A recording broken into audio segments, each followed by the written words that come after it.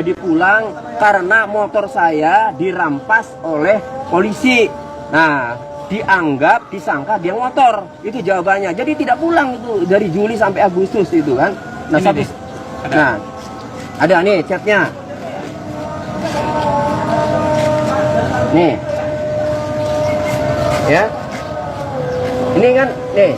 Di mana Ira kapan baliknya? Di mana kamu kapan pulangnya? Lalu dijawab oleh Peggy, ini Juli ya 2019 ya.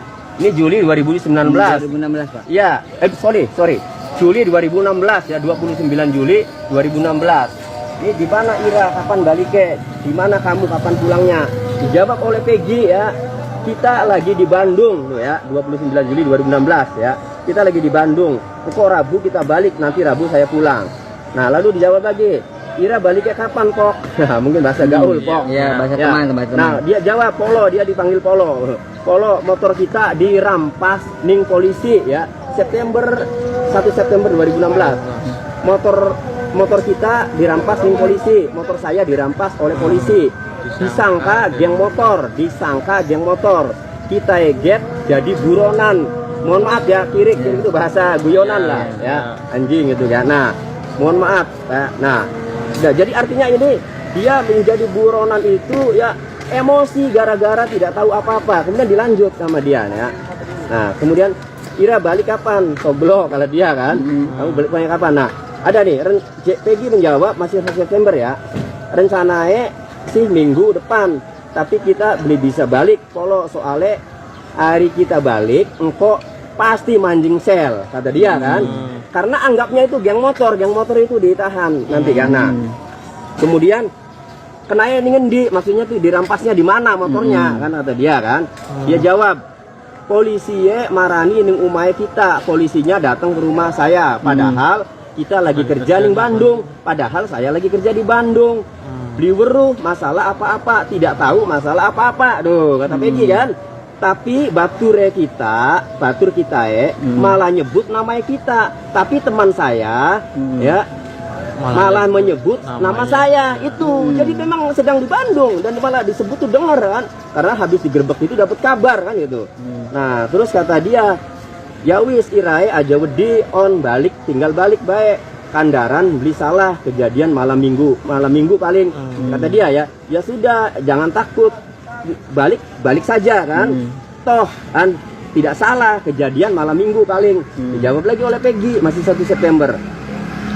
Kalau kita balik manjing sel pasti nebus. Nah, jadi kenapa dia katakan pasti nebus? Karena pasti ini motor yang diambil sama dia, geng motor, tidak ada pikiran pembunuhan kan gitu. Nah, pasti nebus kan.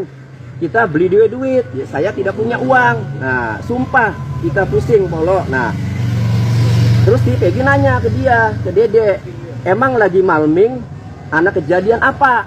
Nanya nih Peggy-nya, bocah belakang SMP 11, bocah-bocah masih ning sel. Nanya ke Peggy, saya terjemahkan ya, nanya ke Dede, saya terjemahkan ya. Emang lagi malam minggu ada kejadian apa? Anak-anak belakang SMP 11, sekarang anak-anaknya masih di sel kan. Jadi dia malah menanyakan ada apa kejadian malam minggu itu. Peggy itu nanyakan ke Dede malah kan. Nah, dijawab nih oleh Dede, kejadian bocah dibacok sampai mati karo wadone mati. Kejadian anak dibacok sampai meninggal sama perempuannya meninggal. Nah, itu mungkin Kipina kan. Nah, itu. Oke. Nah, terus dijawab lagi nih sama 3 September sama Peggy Setiawan. Yambu kurang weru, Dek. Nah, dia ya nggak tahu kan, saya nggak tahu deh gitu. Itulah, nah ya. Nah, jadi ya ini sudah sangat jelas bukti yang sangat kuat ya bahwa komunikasi antara Dede dengan Peggy Setiawan ya menjelang kejadian dari Juli sampai September memang Peggy Setiawan berada di Bandung dan tidak tahu apa-apa. Jadi dia tidak pulang itu khawatir karena sudah dikabari ya. Geng motor, jadi dikiranya ya dia geng motor, kemudian motornya disita kan. Nah, khawatir, tapi pikiran dia kan tetap nebus kan itu. Makanya dia bilang saya nggak punya uang buat nebusnya. Nggak ada tuh pikiran pelaku pembunuhan apa, nggak ada waktu itu ya. Oke, itu ya. Berarti ini optimis nggak buat nanti pas pra-peradilan ini? Optimis kalau hakimnya nggak masuk angin udah. Iya. Udah jelas kok. Sekarang alat buktinya apa? Kalau dari bukti-bukti yang saksi-saksi, kemudian chat-chat digital ya sudah jelas. Lalu alat bukti dari penyidik apa? Menetapkan Peggy Setiawan sebagai tersangka. Ya, cuma mohon maaf ya, saya ini memang tidak ikut dilibatkan dalam sidang pra peradilan. Jadi nanti saya nggak ada di sana ya. Jadi saya bagian di sini ya sampai di Jakarta gitu loh. Nah jadi yang pra peradilan ada rekan saya sendiri. Artinya sama saja ya, semuanya juga optimis gitu. Jadi artinya kenapa nih? Saya kan optimis banget kan. Nah memang ada bagiannya. Jadi bagian Prapid rekan kami ada 22 orang ya.